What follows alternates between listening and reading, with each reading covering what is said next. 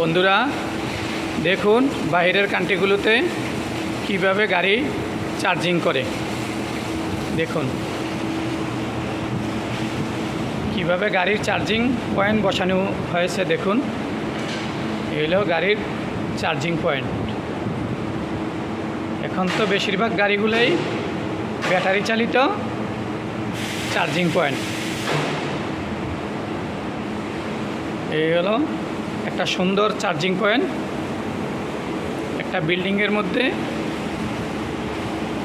4-5টা charging point থাকে। সব গাড়ি এসে এখানে চার্জিং করে। দেখুন কত সুন্দর করে চার্জিং পয়েন্ট করে দেওয়া হয়েছে।